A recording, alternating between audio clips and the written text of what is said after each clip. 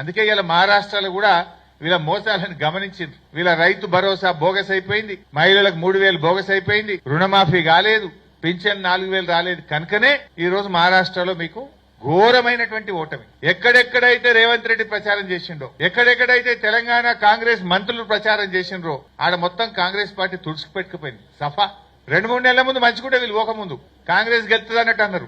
ఎప్పుడైతే వీళ్ళు పోయినరో వీళ్ళ ముఖాలు యాదికొచ్చినాయి. వీళ్ళు తెలంగాణలో అన్ని ఎగబెట్టిరని ఒక 3 నెలల కింద కాంగ్రెస్ మంచిగానే ఉంది గెలుతుంది అన్నట్టుగా అందరు. ఆ కూటమి ఏది వీళ్ళ ఇండియా కూటమా ఇదో కూటమి, ఈ కూటమి మంచిగానే ఉంది గెలుతుండొచ్చు, బాగా టగఫర్ ఉంది అన్నారు. ఈ రేవంత్ రెడ్డి కాంగ్రెస్ మంత్రులు ప్రచారానికి పోయినప్పటి నుంచి అది కిందికి పడ్డది కదా, లేసులేదు కదా.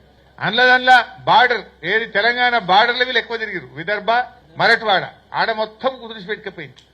వీళ్ళు ఏడైతే తిరిగినరో ఆడనే ఖతమైపోయింది. అంటే ఏది బిడ్డ మీరు తెలంగాణలో మోసం చేసింది జాలదని ఇంకా మమ్మల్ని మోసం చేసేందుకు వచ్చిండ్రా అని ఆ ప్రజలు తెలివికి వచ్చిండ్రు, మంచిగా బుద్ధి చెప్పారు మీకు.